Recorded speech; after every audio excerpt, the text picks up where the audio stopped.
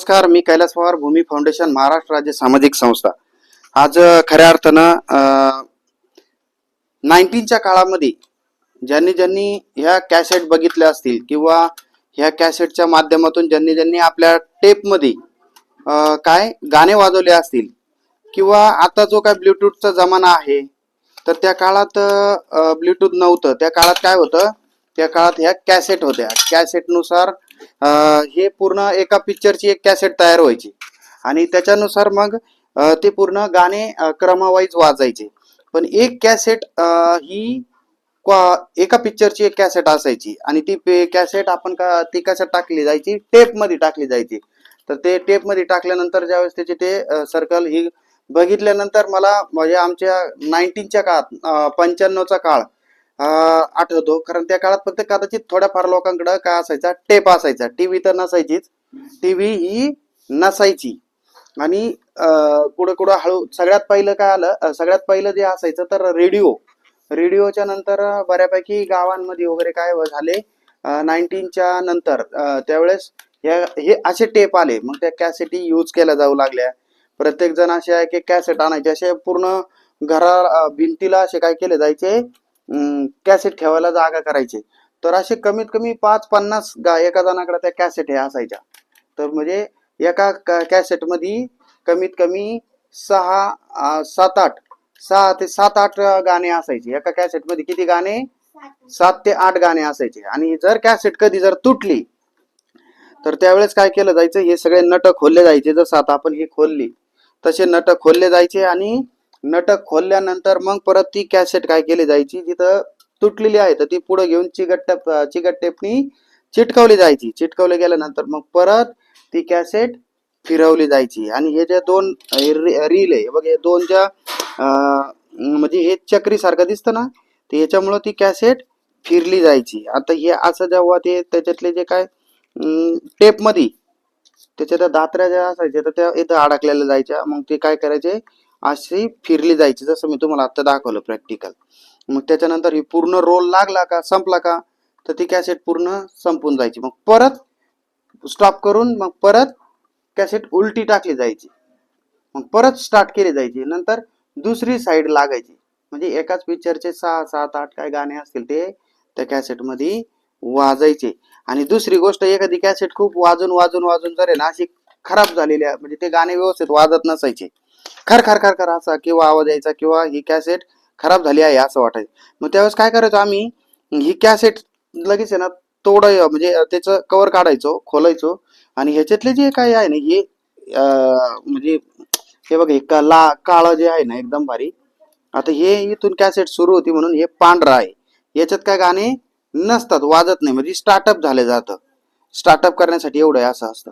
आणि त्याच्यानंतर हे जे असतं हे काळं, ह्याच्यात ही जी ब्लॅक कलरचा भाग आहे सगळा किंवा ब्राऊन कलरचा जो भाग आहे हा, त्याच्यात काय असते, इथून गाणे वाजायला सुरुवात व्हायची.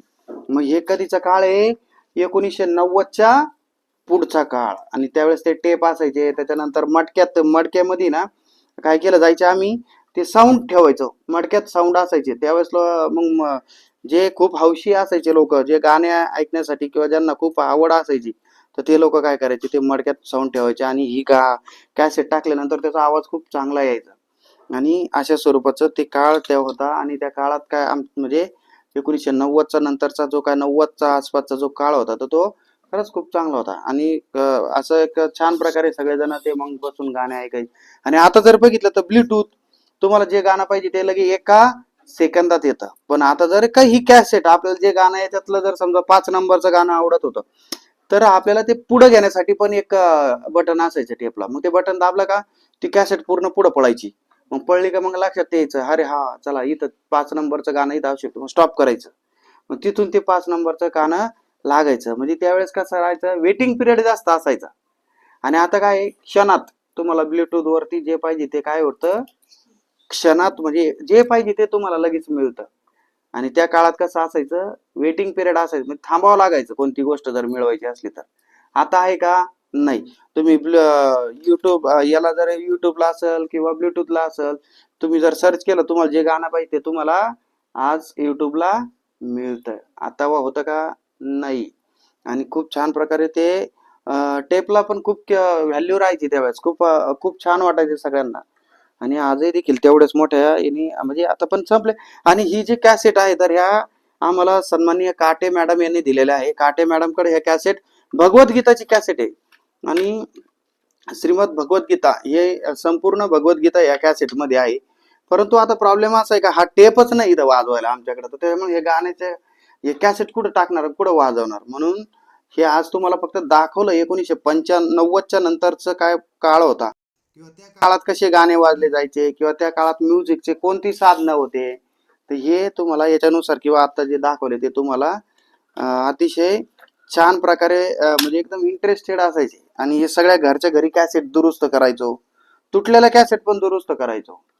आणि छान प्रकारे ते नंतर मग आणि दुसरी गोष्ट हे रानात आहे ना, आपण ज्वारी राखायला वगैरे ज्वारीच्या ठिकाणी किंवा बाजरीच्या ठिकाणी पाखरं काय करतात, ज्वारी खातात किंवा कंस खातात.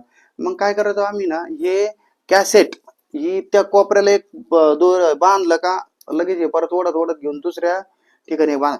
आणि वारा आला की भर्र वाजायचं. काय वाजायचं? भर्र वाजतं डायरेक्ट. मग त्याच्यामुळे काय व्हायचं, पक्षी पळून जायचे. हा एक प्रयोग आम्ही काय करायचो, पक्षी घालवण्यासाठी किंवा काही म्हणजे शक्यतो पक्ष्यांनाच वापरायचो आम्ही पक्षी घालवण्यासाठी. त्याच्यानंतर दुसरं सायकलला गोंडे म्हणून आम्ही वापरायचो. मग आता हे ईशानला पण आता ते तोडून देणार मी, असं कट करून देणार छान प्रकारे. त्याच्या सायकलला काय करणार आपण, याचे गोंडे लावून देणार आहे. मग आमचे जिथं आपले मूठ असतील ना त्या साईडला ते पाठीमागं छोटस हे असतं होल, त्याच्यात ते हे ठेवून द्यायचे. आणि दोन्ही साईडला दोन गोंडे याचे छान प्रकारे तयार होतो, छान प्रकारे दिसतं. सायकलला लुक भारी येते, खूप छान लुक येतो. अशा स्वरूपाचा आमचा या कॅसेटचा उपयोग खूप छान प्रकारे व्हायचा. आता ही कॅसेट बघितल्यानंतर 1995चा वगैरे काळ मला 90चा काळ आठवायला लागला. खूप छान प्रकारे असं त्याचा आनंद घ्यायचो आम्ही याच्यात. तर सगळ्यांना कसं वाटला हा 90चा काळ? छान वाटला. आणि याचे हे कॅसेट कधी बघितली होती तुम्ही? नाही. Very good. आता बघितली का? Very good. छान. मग आता हे बघून कसं वाटलं? छान वाटलं. Good good good good. छान. Very good. मित्रांनो, 1990चा हा जो काळ होता तो खरंच न विसरणारा आहे.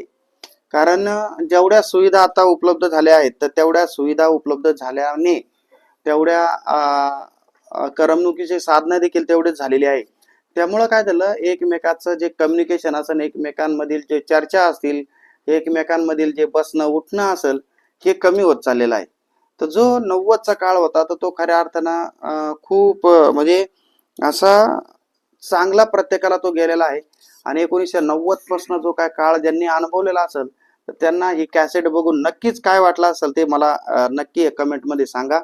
आणि लाईक आणि सबस्क्राईब करत चला. आमच्या चॅनलला देखील लाईक आणि सबस्क्राईब करा आणि या सामाजिक कार्याचा एक भाग म्हणून पुढे या. धन्यवाद. सरांनी आम्हाला 1990चा काळ सांगितला, आम्हाला खूप आनंद झाला. आम्हाला कॅसेट बघून खूप छान वाटले. आजच्या काळात सर्व उपलब्ध आहे, पहिल्या काळात सर्व उपलब्ध नव्हते. 1990चा काळ खूप छान होता. त्या काळात सर्व सुविधा उपलब्ध नव्हत्या. त्या काळात लोक एकमेकांना वेळ द्यायचे, म्हणून ते जुनं ते सोनं म्हटलं जातं. आमच्या चॅनलला लाईक करा, सबस्क्राईब करा.